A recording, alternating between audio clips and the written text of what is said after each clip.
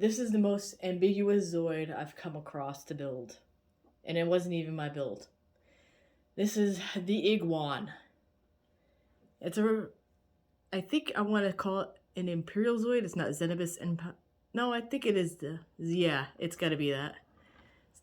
And it is small. I expected a bigger Zoid.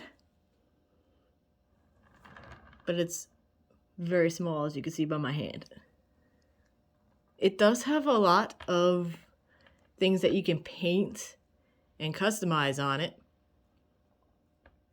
But there was so many frames left over that weren't used that I had painted expecting it to go onto the Zoid.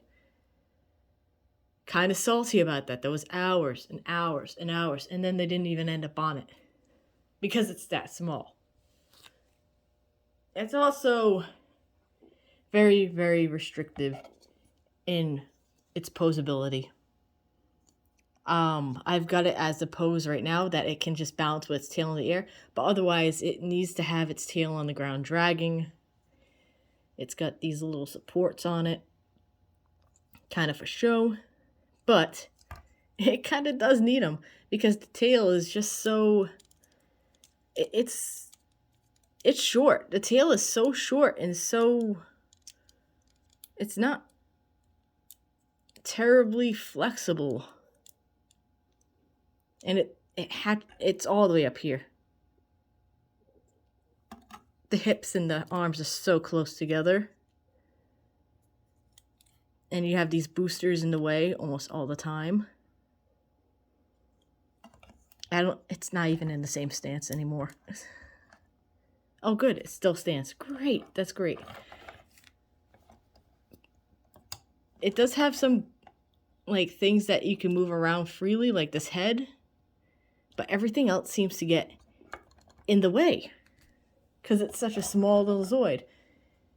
We did have the pile bunker set to come in for this guy, and it was canceled, which is kind of sucky. This guy has had some of the smallest parts that I have seen on a Zoid. Granted, it's a small Zoid. At least it's got that.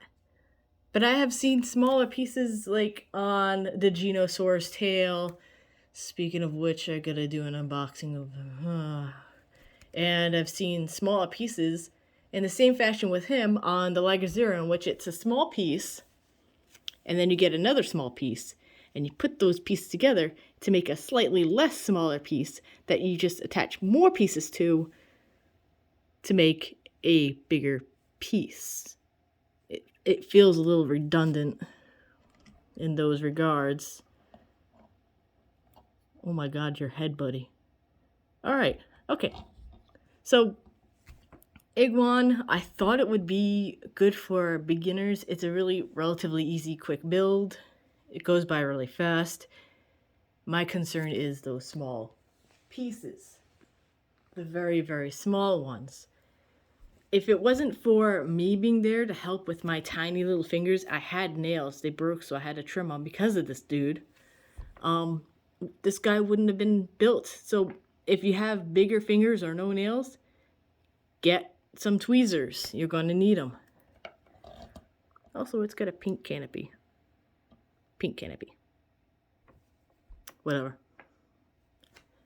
So I'm not too sure that I want to say that this little guy is good for beginners because of those small pieces. If you're just walking in and you're not expecting to have really, really small rice-sized pieces.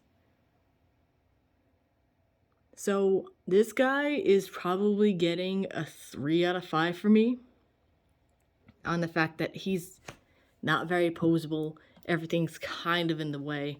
The great thing about him is he's very customizable. You can put so many details on him. He probably would have gotten a little bump up with the pile